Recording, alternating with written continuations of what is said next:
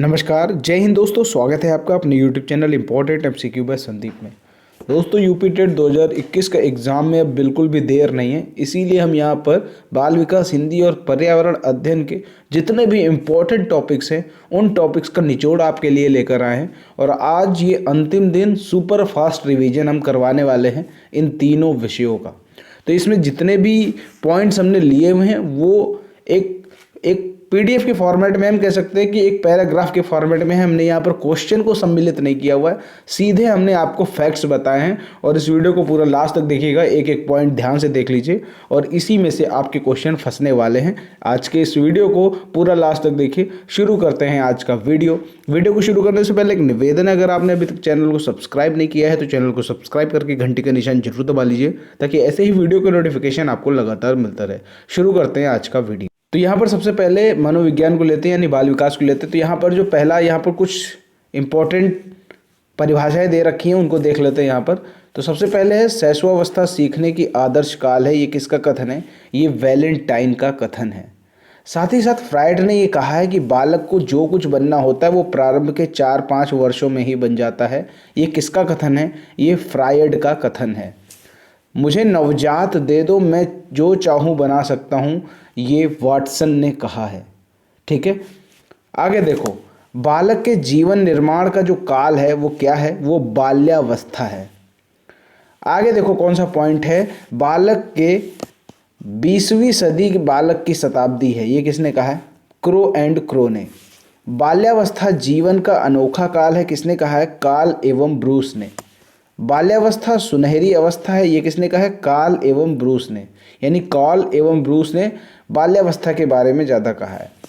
बाल्यावस्था को मिथ्या परिपक्वता का काल कहा है, रॉस ने। आगे देखो, किशोरावस्था। किशोरावस्था आंधी तूफान एवं संघर्ष की अवस्था, ये किसने कहा है? स्टेनले हॉल ने। किशोरावस्था जीवन का वसंत काल है, ये किसने कहा है? टीन एच ने। किशोरावस्था जीवन का कठिन काल है, ये कहा है किलपैट्रिक ने। संवेग व्यक्ति की उत्तेजित दशा है, ये कहा है वुडवर्थ ने।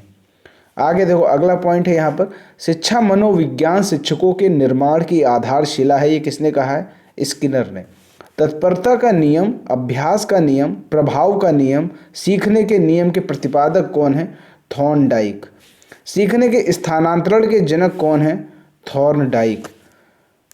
व्यवहार में उत्तरोत्तर सामंजस्य की प्रक्रिया ही अधिगम है, ये किसने कहा है? स्किनर ने। रुचि एवं अवधान एक ही सिक्के के दो पहलू हैं, ये कहा है मैकडूगल ने। मूल प्रवृत्तियां मैकडूगल के अनुसार 14 होती हैं। मूल प्रवृत्तियां फ्रायड के अनुसार 2 होती हैं, जिनका नाम है इरोस और थैनेटोस। आगे देखो, रॉस के अनुसार मूल प्रवृत्तियां 3 हैं, ज्ञानात्मक, भावात्मक, रागात्मक। बच्चे अपनी समझ का विकास स्वयं करते हैं, ये पियाजे ने कहा है। बालक का विकास वंशानुक्रम वातावरण का गुणनफल है, ये वुडवर्थ ने कहा है।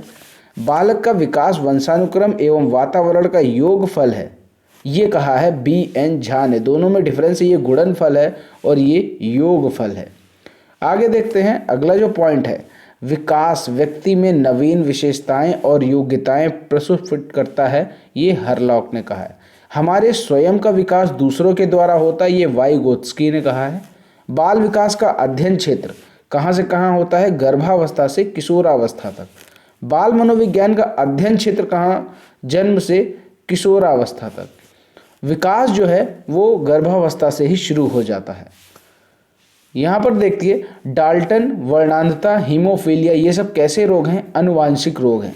गुणसूत्रों की संख्या कितनी होती है? 46 होती है। अब बात कर लेते हैं शिक्षण विधि और उनके प्रतिपादक के बारे में। प्रोजेक्ट योजना किलपैट्रिक की है। खेल विधि कुक और मेरोनो की है। किंडरगार्टन फ्रोबेल की है। डाल्टन हेलन पार्क हस्ट की है। ह्यूरिस्टिक विधि यानी खोज विधि आर्मस्ट्रॉन्ग की है। मांटेसरी किसकी है? मारिया मांटेसरी की। बुनियादी शिक्षा विधि किसकी है? गांधी जी की। आगे देखो, पर्यटन विधि किसकी है? पेस्टोलॉजी की। आगमन निगमन विधि किसकी है? अरस्तु की। अंतर्दर्शन विधि है वुंट एवं टिचनर की। प्रश्नावली विधि है वुडवर्थ की। समाज मिति विधि है J.M. मोरेनो की। मनोसामाजिक विधि किसकी है? एरिक्सन की। नैतिक विकास सिद्धांत विधि किसकी है? कोहलबर्ग की। संज्ञानात्मक विकास सिद्धांत किसका है?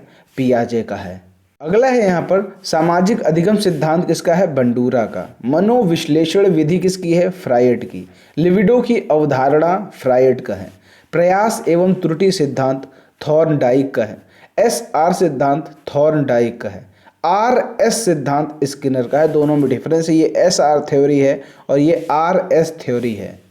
आगे देखो, SOR सिद्धांत किसका है? वुडवर्थ वॉटसन का। अंतर्दृष्टि यानी सूझ का सिद्धांत किसका है? कोहलर का। क्रिया प्रसूत सिद्धांत किसका है? स्किनर का। अब यहाँ पर आप एक क्वेश्चन हमें ये बताइए कि कोहलर ने किस पर प्रयोग किया था? नीचे कमेंट में बताइए कोहलर ने किस पर प्रयोग किया था। अनुबंधित अनुक्रिया सिद्धांत किसका है? पावलोव का। समीपता का सिद्धांत है गुथरी का। प्रेक्षणात्मक सिद्धांत है बंडूरा का। क्षेत्र सिद्धांत है कर्ट लेविन का। अब यहाँ पर कुछ प्रयोग हैं। अभी मैंने आपसे पूछा था कोहलर ने किस पर प्रयोग किया था, अगर आपने नहीं बताया उसको जल्दी से बताइए। थॉर्नडाइक ने बिल्ली पर प्रयोग किया था। पावलोव ने कुत्ता पर प्रयोग किया था। स्किनर ने कबूतर और चूहा पर प्रयोग किया था। कोहलर ने चिंपैंजी और वनमानुष पर प्रयोग किया था। मैकडूगल ने चूहे पर प्रयोग किया। मेंडल ने मटर पर प्रयोग किया। कुछ फिर से परिभाषाएं आ गई हैं, उनको देख लेते हैं। यहाँ आप देख सकते हैं, बुद्धि करने की विधि ये किसका कथन है? वुडवर्थ का। बुद्धि कार्य सीखने की योग्यता ये किसका कथन है? बकिंघम का। नवीन परिस्थितियों के साथ समायोजन करने की योग्यता बुद्धि है, ये किसका है? ये स्टर्न का कथन है। एक कारक सिद्धांत किसने दिया? बिने ने। द्विकारक सिद्धांत किसने दिया? ये दिया है आपका द्विकारक और त्रिकारक दोनों स्पेयरमैन ने दिया है। बहुकारक सिद्धांत किसने दिया है? थॉर्नडाइक ने। समूह कारक सिद्धांत थर्स्टनवल केली ने। पदानुक्रमिक सिद्धांत किसने दिया है? फिलिप बर्नर ने। बुद्धि का क्रिस्टल तरल मोजेक सिद्धांत कैटल ने दिया। बुद्धि की संरचना 3D संरचना मॉडल किसने दिया? गिलफोर्ड ने। प्रतिदर्श सिद्धांत थॉमसन ने दिया। बहुविधि सिद्धांत गार्डनर ने दिया। अब टर्मन के अनुसार बुद्धि लब्धि निकालने का सूत्र क्या है? मानसिक आयु बटे वास्तविक आयु इंटू 100। IQ के जनक कौन है? स्टर्न। टर्मन के अनुसार IQ लेवल के अनुसार बच्चे कैसे डिवाइड किए जाते हैं? अगर किसी का IQ लेवल यानी बुद्धि लब्धि, IQ को बुद्धि लब्धि कहते हैं, अगर किसी का बुद्धि लब्धि या IQ लेवल 140 से अधिक है तो वो प्रतिभाशाली कहलाएगा। अगर 121 से 130 के बीच में है तो वो प्रखर बुद्धि वाला कहलाएगा। तीव्र बुद्धि वाला 110 से 120 के बीच का IQ लेवल रखता है। सामान्य बुद्धि वाला 90 से 110। मंद बुद्धि 81 से 90। अल्प बुद्धि 70 से 80। यहाँ पर दो सबसे ज़्यादा मेन होते हैं, या तो 140 से अधिक ये पूछा जाता है, ये प्रतिभाशाली होता है, या तो आपको सामान्य बुद्धि वाला पूछा जाएगा 90 से 110। ये दो ज़्यादा मेन है। आगे देखो, जड़ बुद्धि 70 से कम होता है। अब सृजनात्मकता के लक्षण देख लो। अगर कोई बालक के अंदर सृजनात्मकता है तो उसके लक्षण क्या होंगे? लचीलापन, मौलिकता, अपसारी, सामाजिकता, धारा प्रवाहिता। और विकास के सिद्धांत देख लो।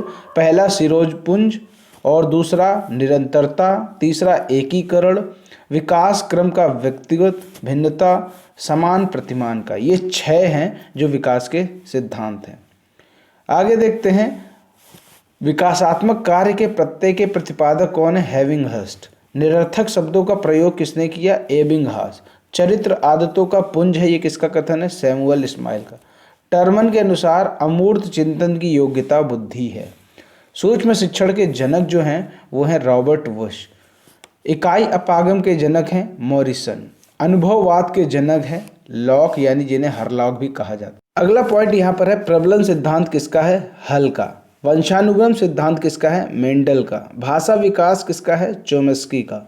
ओरिजिन ऑफ स्पीसीज ये लिखी है डार्विन ने। एमील सोशल कॉन्ट्रैक्ट ये लिखी है रूसो ने। शिक्षा मनोविज्ञान लिखी है थॉर्नडाइक ने। संज्ञानात्मक विकास की अवस्थाएं पियाजे। संवेदी जनक, इंद्रिय जनित, संवेदी गामक। देखो यहाँ पर संवेदी गामक की जो अवस्था है वो 0 से 2 है। पूर्व संक्रियात्मक की अवस्था है 2 से 7। मूत्र संक्रियात्मक की अवस्था है 7 से 11। औपचारिक संक्रियात्मक की अवस्था है 11 वर्ष के बाद। यहाँ पर कुछ विकार हैं वो देख लेते हैं। डिसलेक्सिया जो विकार है वो पठन विकार से संबंधित है। डिस्फेजिया मौखिक अक्षमता से रिलेटेड है। अग्रेसिया या फिर डिस्ग्राफिया ये लेखन विकार है। डिसकैल्कुलिया ये गणितीय विकार है। डिमेंशिया ये मस्तिष्क विकार है। पैरानोइया स्वयं को श्रेष्ठ समझने की बीमारी है। अब नीचे कमेंट में बताओ कि पैरानोइया किसे किसे है। जन्मजात प्रेरण, भूख, प्यास, काम, नींद, विश्राम, ये सब कैसे हैं? जन्मजात प्रेरक हैं। ठीक है। अर्जित प्रेरक कौन कौन से होते हैं? पुरस्कार, दंड, प्रशंसा, आनंद, जीवन लक्ष्य। यानी जो नेचुरल होते हैं वो जन्मजात होते हैं और जो अलग से हम लोग लाते हैं अपने अंदर वो अर्जित होते हैं। स्पिनोजा ने संवेगों को तीन भागों में बांटा है, हर्ष, शोक, इच्छा। आगे देखो, मनोविज्ञान शाला उत्तर प्रदेश इलाहाबाद की स्थापना नरेंद्र देव समिति की अनुशंसा पर 1947 में की गई। इसका मुख्य उद्देश्य छात्रों को शैक्षिक एवं व्यावसायिक निर्देशन व परामर्श हुआ। मंडलीय मनोविज्ञान केंद्र की स्थापना 1975 में आगरा में की गई थी। ठीक है, तो ये दोनों चीज़ें क्लियर कर लो कि मनोविज्ञान शाला इलाहाबाद 1947, मंडलीय मनोविज्ञान केंद्र की स्थापना 1975 में आगरा में की गई। व्यक्तित्व परीक्षण के बारे में देख लो। TAT परीक्षण किसने किया? मॉर्गन एंड मुरे ने। इसमें 31 कार्ड वाला गेम होता है। CAT ये दिया है लियोपोल्ड ब्लैक। ठीक है, इसमें 10 कार्ड वाला गेम होता है। स्याही धब्बा परीक्षण ये हरमन रोशा 10 कार्ड का गेम होता है। वाक्य पूर्ति परीक्षण पाइन टेंडलर ये प्रक्षेपी विधि है। भारत में वाक्य पूर्ति परीक्षण विश्वनाथ मुखर्जी और ये भी प्रक्षेपी विधि है। 16 PF परीक्षण ये अप्रक्षेपी विधि है। फ्राइड के अनुसार इदम अहम पराहम होता है। इदम के अनुसार सुखवादी सिद्धांत होता है और अहम के अनुसार वास्तविकता सिद्धांत होता है। पराहम के अनुसार पछतावे की भावना होती है। साथ ही साथ शिक्षा का अधिकार जो है वो 2009 में पारित किया गया, 1 अप्रैल 2010 से लागू हुआ। इसके अनुसार अध्यापक की सप्ताह में कार्य योजना 45 घंटे, शिक्षक छात्र अनुपात 1:30, यानी 1 शिक्षक पर 30 छात्र डिपेंड रहेंगे।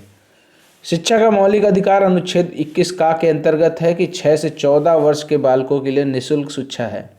हंटर आयोग 1882 में आया। शिक्षा मौलिक अधिकार 86वें संविधान संशोधन 2002 के अधिकार के द्वारा बना। सार्जेंट योजना 1944 में आई। वर्धा योजना 1937 में आई। बुनियादी शिक्षा, वर्धा योजना बुनियादी शिक्षा के अंतर्गत थी। वुड डिस्पैच 1854 में, ये भारतीय शिक्षा का मैग्ना कार्ट कहा जाता है। Wood dispatch. NCF 2005 करके सीखने पर बल देता है।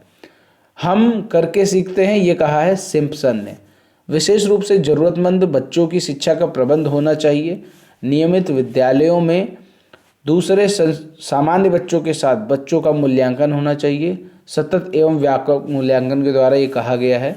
सतत एवं व्यापक मूल्यांकन द्वारा कहा गया कि बच्चों का मूल्यांकन दूसरे सामान्य बच्चों का, मतलब जो भी जरूरतमंद बच्चे हैं उनका मूल्यांकन दूसरे सामान्य बच्चों के साथ होना चाहिए। तो ये आपके सामने हो गए बाल मनोविज्ञान के बारे में। अब हिंदी के बारे में देख लेते हैं। हिंदी वर्णमाला को 2 भागों में बांटा गया है, स्वर और व्यंजन। स्वर होते हैं 11, व्यंजन होते हैं 33। मूल स्वर आपके होते हैं कुल मिलाकर 4, आ, ई, उ और री। ठीक है, तो ये चीज़ आप समझ लो। इसके बाद आप देखो संयुक्त स्वर कितने होते हैं, ये भी 4 होते हैं। कौन कौन से? ए, ओ, ए, औ। ठीक है, स्वरों के मुख्यतः 3 भेद होते हैं और वो कौन कौन से होते हैं वो भी यहाँ पर देख सकते हैं। ह्रस्व स्वर, दीर्घ स्वर, प्लुत स्वर। ह्रस्व स्वर में आ जाते हैं छोटा आ, छोटी ई, छोटा उ और री।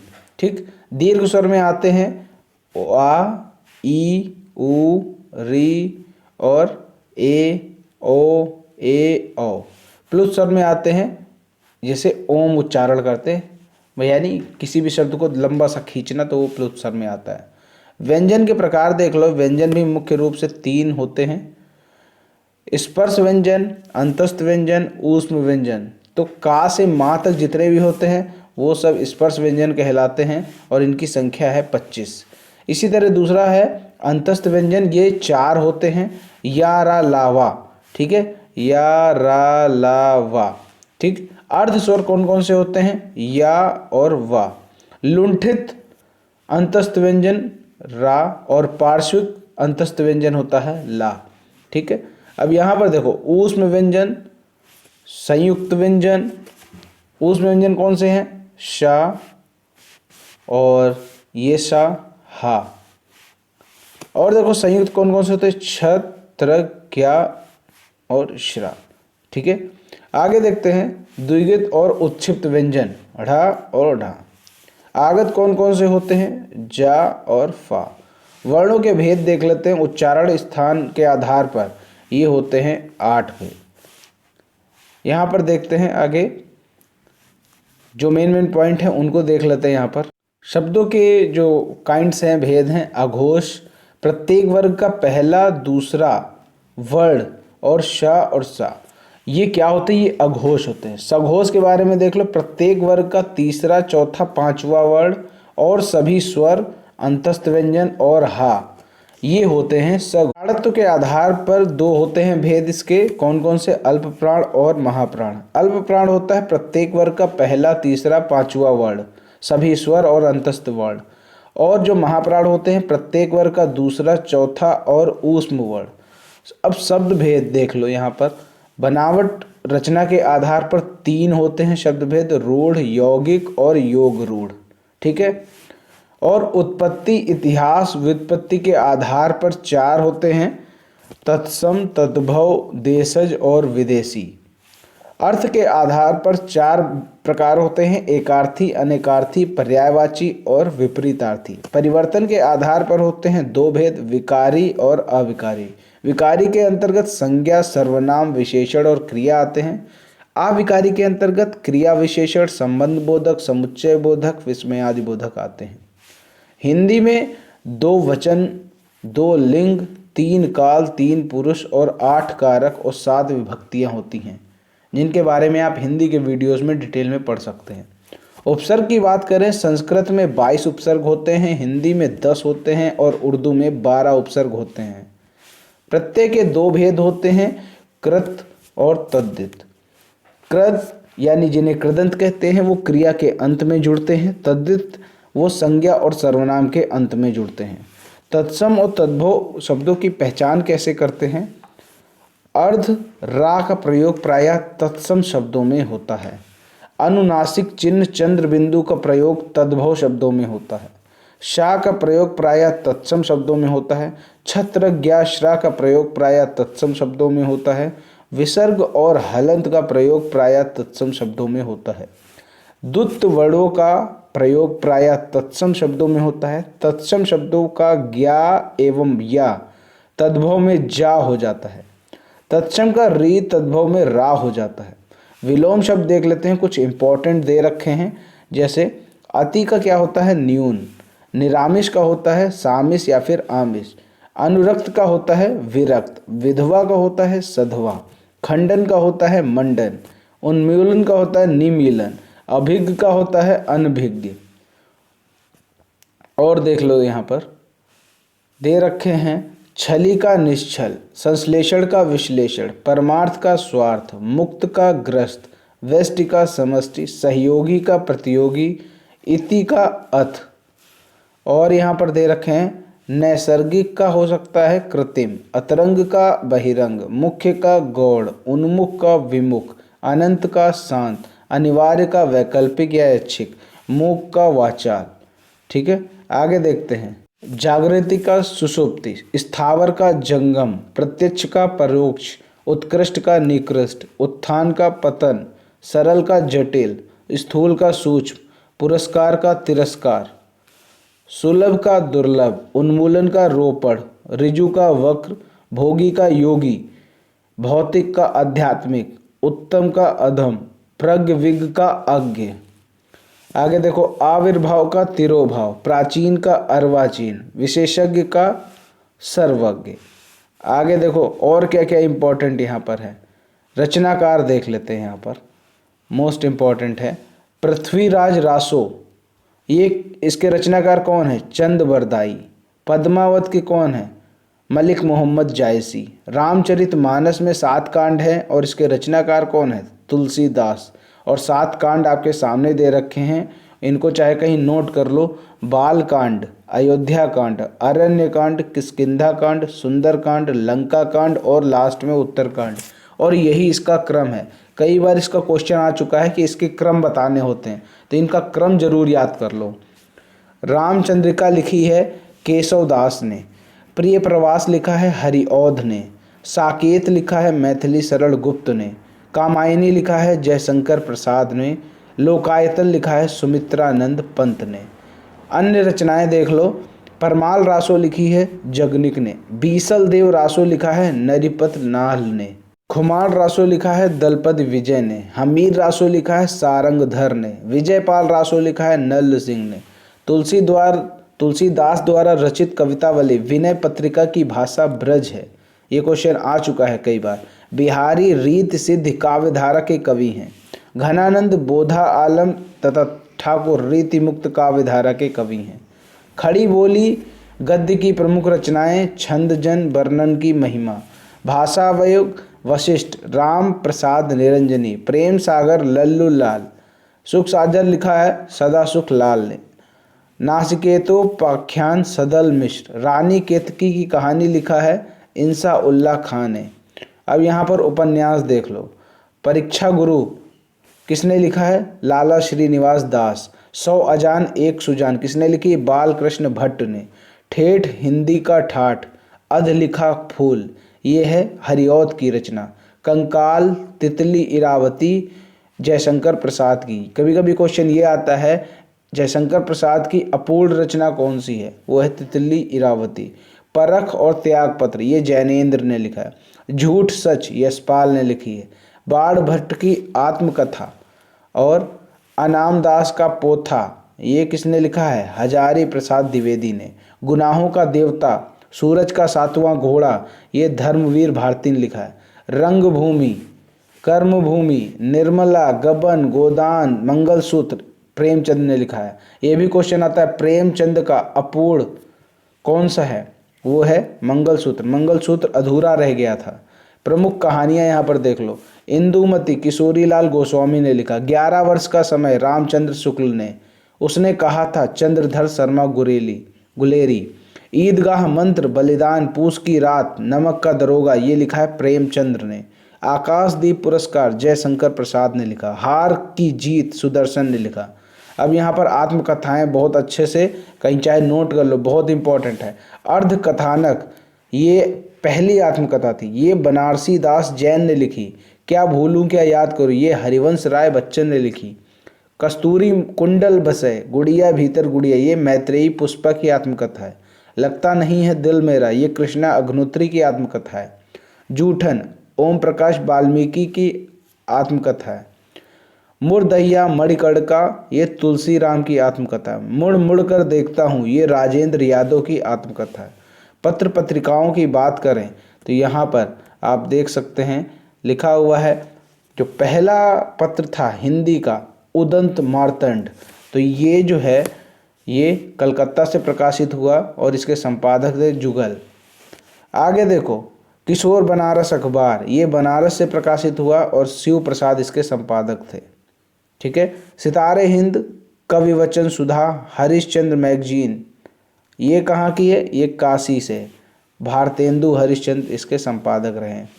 हिंदी प्रदीप भट्ट इलाहाबाद से आई। हिंदी प्रदीप और ये इलाहाबाद से हुई। बालकृष्ण भट्ट इसके संपादक थे।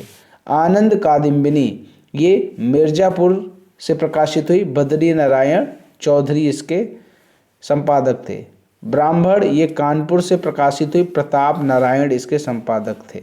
आगे देखते हैं। सरस्वती पत्रिका ये काशी से प्रकाशित हुई। महावीर प्रसाद इसके संपादक थे। और देखो हंस ये काशी से प्रकाशित हुई। प्रेमचंद इसके संपादक थे। नई कविता इलाहाबाद से प्रकाशित हुई। जगदीश गुप्ता इसके संपादक थे।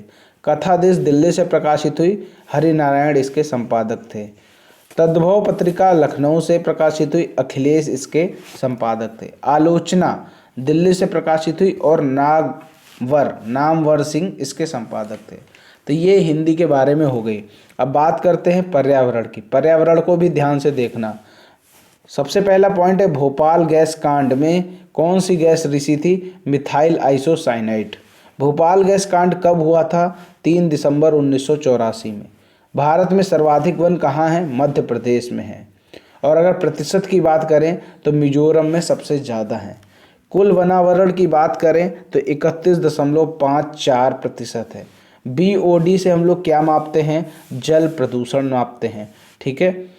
ओजोन परत जो रक्षा करती है, पराबैंगनी किरणों से रक्षा करती है। राष्ट्रीय पर्यावरण अनुसंधान केंद्र कहाँ है? नागपुर में है। वायुमंडल में सर्वाधिक गैस कौन सी है? नाइट्रोजन 78%, और उसके बाद ऑक्सीजन 21%। पर्यावरण का दुश्मन किसे कहा जाता है? सफेदा को, यानी यूकेलिप्टस को।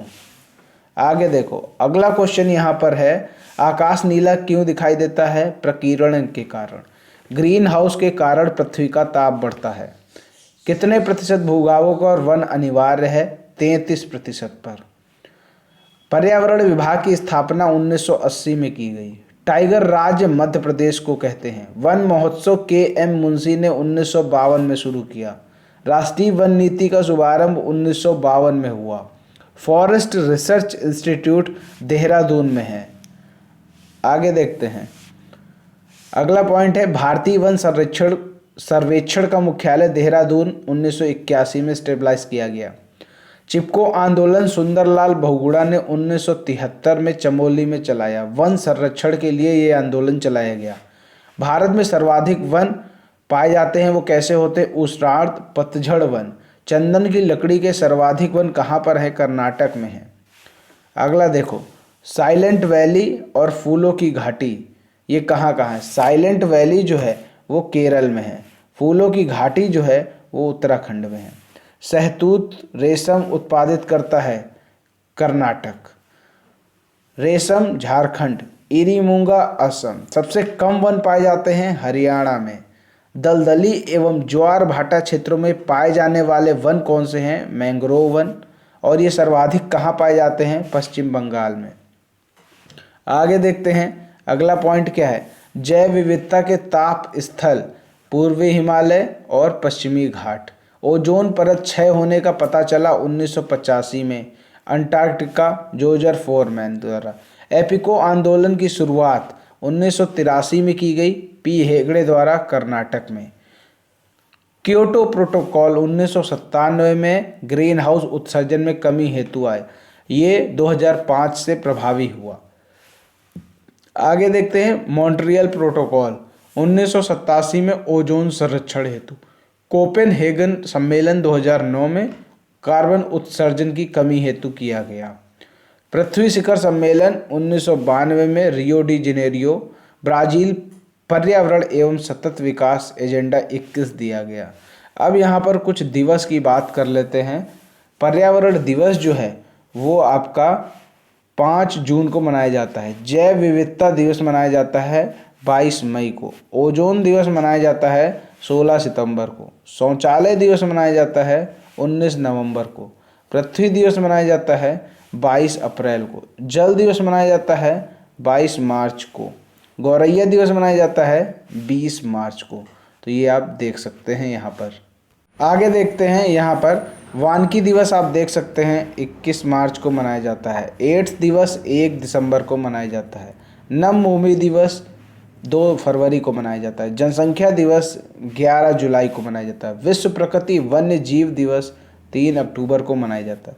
विश्व परिवेश दिवस 5 अक्टूबर को मनाया जाता है। पक्षी दिवस 12 नवंबर को मनाया जाता है। कछुआ दिवस 23 मई को मनाया जाता है। तो ये सारे दिवस यहाँ पर हो गए। अब यहाँ पर बात कर लेते हैं, यूनेप का मुख्यालय नैरोबी केन्या में है। विश्व वन्य जीव कोष 1962 में बनाया गया। ग्लैंड स्विट्जरलैंड में है ये, और इसका जो प्रतीक है वो है जाइंट पांडा। देश की प्रथम पारिस्थितिकी अनुसंधान केंद्र बेंगलोर में है। भारतीय वन प्रबंधन संस्थान भोपाल में है। वन अनुसंधान संस्थान देहरादून में है।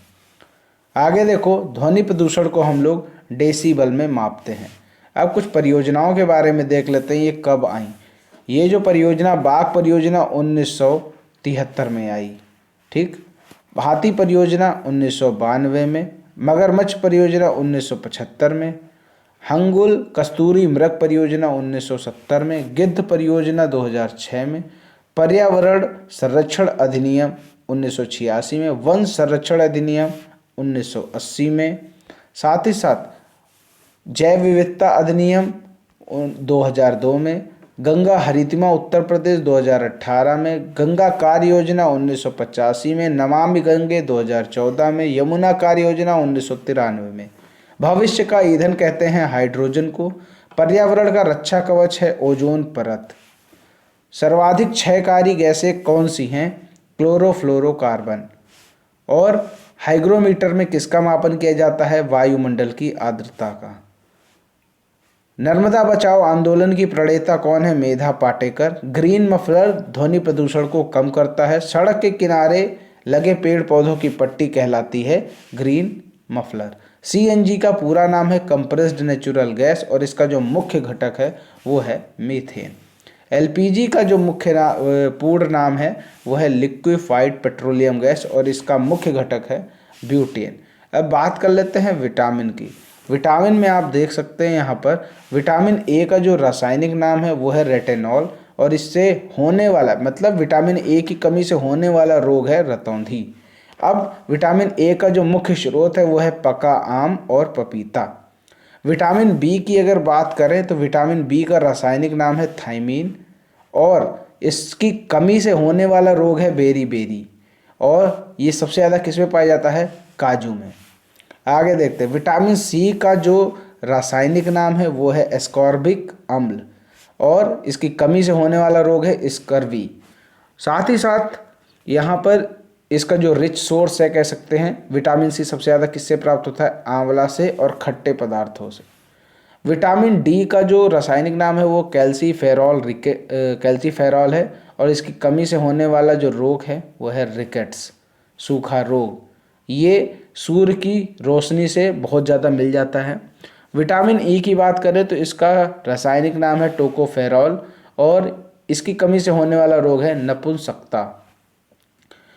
आगे देखते हैं विटामिन के का जो नाम है वो है नेफ्थोक्विनोन और इसकी कमी से रक्त का थक्का नहीं बनता है और हरी सब्जियों में ये खूब पाया जाता है। अब यहाँ पर कुछ रोग की बात कर लेते हैं। जैसे रोग आपके सामने ये दिया हुआ है, जुकाम जो है वो रीनो वायरस से होता है। आगे देखते हैं चेचक की अगर हम बात करें तो चेचक जो है वो वेरियोला वायरस से होता है। पोलियो का वायरस, मलेरिया मादा एनीफिलीज मच्छर के काटने से, डेंगू चिकुनगुनिया एडीज इजिप्टी मच्छर के काटने से, पेचिस एंट अमीबा, हिस्टोलिका, प्लेग किससे होता है ये आप यहाँ देख सकते हैं। प्लेग पॉस्चुरेला पेक्टिस, अतिसार डायरिया जीवाणु, हैजा विवरियो कालरी, टीबी ट्यूबरक्लोसिस बैसिलस से। अब यहाँ पर देखो दे रखे हैं कि श्वेत क्रांति किसके द्वारा हुई? वर्गीज कुरियन। हरित क्रांति स्वामीनाथन। और श्वेत क्रांति में हुआ क्या था? दूध का बहुत ज़्यादा उत्पादन हुआ था। पीत क्रांति में यानी पीली क्रांति में तिलहन का उत्पादन, भूरी क्रांति में उर्वरक, नीली क्रांति में मछली का उत्पादन। ठीक, अब देखो गोल क्रांति में किसका हुआ? आलू का। यहाँ पर देखो ध्यान से, कंप्यूटर के जनक कौन है? Charles Babbage. कंप्यूटर का डिजाइन सीपीयू का full form central processing unit. Sericulture किससे रिलेटेड है? रेशम के उत्पादन से। एपी कल्चर किससे रिलेटेड है? मधुमक्खी के उत्पादन से। पीसी कल्चर रिलेटेड है मछली के उत्पादन से। अब देखो अलैंगिक जनन वाले पौधे कौन से हैं? गन्ना, आलू, अदरक। लैंगिक जनन वाले पौधे कौन से हैं? मक्का, पपीता, सरसों, मटर। रबी की फसल कौन कौन सी है? गेहूं, चना, सरसों, मटर। खरीफ की फसल कौन कौन सी है? सोयाबीन, मूंगफली, कपास, चावल। जल में स्थायी कठोरता कैसे आती है? ये यहाँ पर देखो, मैग्नीशियम क्लोराइड और मैग्नीशियम सल्फेट और कैल्शियम क्लोराइड, कैल्शियम सल्फेट के कारण। जल में अस्थायी कठोरता कब आती है? कैल्शियम बाइकार्बोनेट और मैग्नीशियम बाइकार्बोनेट कहलाती है। जल का घनत्व सर्वाधिक किस तापमान पर होता है? 4 डिग्री सेल्सियस पर। रेशम का कीड़ा प्यूपा चरण में रेशम देता है। एकल परिवार में पति पत्नी के साथ अविवाहित बच्चे, संयुक्त परिवार में पति पत्नी के साथ माता पिता चाचा चाची रहते हैं। बच्चे का जो प्रथम गुरु होता है वो माता होती है। आदर्श परिवार माना जाता है छोटे परिवार को। सर्वाधिक जैव विविधता और जाति विविधता पाई जाती है उष्णकटिबंधीय वर्षावन में। पारिस्थितिकी तंत्र में अवयवों के चक्रण को कहते हैं जैव भू रासायनिक चक्र। परितंत्र में ऊर्जा का जो प्राथमिक स्रोत है वो है सौर ऊर्जा।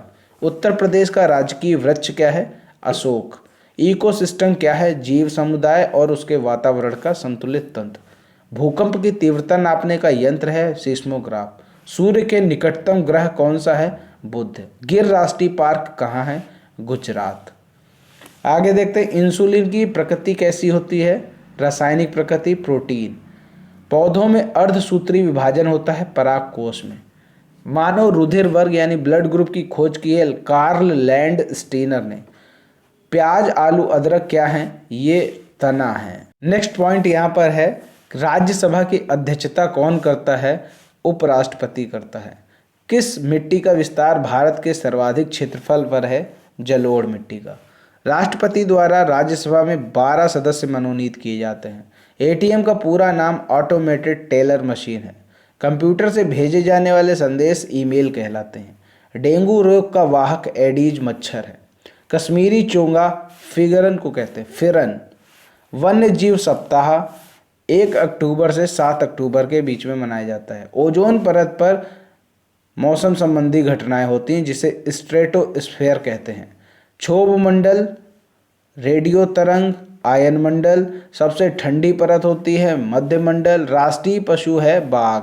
सागरीय खरपतवार है आयोडीन का। काजीरंगा असम में है और मानस जो है वो है असम में। Dudhwa national park Uttar Pradesh. रंगतिट्टू कर्नाटक में। Jim Corbett Rajaji national park Uttarakhand में। कान्हा किशनी नेशनल पार्क मध्य प्रदेश में। केबुल लामजाओ मणिपुर में है, ये तैरता हुआ उद्यान है। फायान ये जो है चंद्रगुप्त द्वितीय के शासनकाल में भारत आया। वेनसांग हर्षवर्धन के शासनकाल में भारत आया। मेघस्थनी चंद्रगुप्त मौर्य के शासनकाल में भारत आया। ब्रह्म समाज की स्थापना राजा राम मोहन राय ने 1828 में करी। प्रार्थना समाज की स्थापना आत्माराम पांडुरंग ने 1867 में करी। रामकृष्ण मिशन की स्थापना विवेकानंद ने 1897 में की। ओरिवल्ले आश्रम की स्थापना महर्षि अरविंद ने पांडिचेरी में की। आर्य समाज की स्थापना दयानंद सरस्वती ने 1875 में की। शांति निकेतन की स्थापना रविन्द्रनाथ टैगोर ने कलकत्ता में की। संयुक्त अधिवेशन की अध्यक्षता लोकसभा अध्यक्ष करता है। संयुक्त अधिवेशन बुला कौन कर सकता है? राष्ट्रपति। राष्ट्रपति राज्यपाल बनने की न्यूनतम आयु कितनी है? 35 वर्ष। पीएम सीएम लोकसभा विधानसभा सदस्य बनने की न्यूनतम आयु है 25 वर्ष। राज्यसभा विधान परिषद बनने की न्यूनतम आयु 30 वर्ष है। संविधान का भाग 2, नागरिकता भाग 3, मौलिक अधिकार भाग 4, नीति निर्देशक तत्व भाग 4 का, कर्तव्य भाग 9, पंचायत भाग 15, निर्वाचन भाग 20 संशोधन से संबंधित है। ग्रीन हाउस गैसें जलवाष्प CO2, N2O, CH4 इत्यादि। अम्ल वर्षा के लिए उत्तरदायी गैसें कौन कौन सी हैं? SO2 सल्फर डाइऑक्साइड और नाइट्रस ऑक्साइड। कृत्रिम वर्षा के लिए उत्तरदायी कौन है? सिल्वर आयोडाइड जिसका सूत्र है AgL। फोटोग्राफी के लिए उत्तरदायी है सिल्वर ब्रोमाइड। दूरदृष्टि दोष निवारण के लिए है उत्तल लेंस। निकट दृष्टि दोष के लिए है अवतल लेंस। स्पष्ट दृष्टि की न्यूनतम दूरी है +25 सेंटीमीटर। आगे देखो, विश्व हाथ धुलाई दिवस कब होता है? 15 अक्टूबर को। अंतर्राष्ट्रीय टाइगर दिवस होता है 29 जुलाई को। साइबेरियन सारस का प्रजनन स्थल है अंडमान निकोबार। घड़ियालों की सर्वाधिक संख्या भीतरकनिका उड़ीसा में है।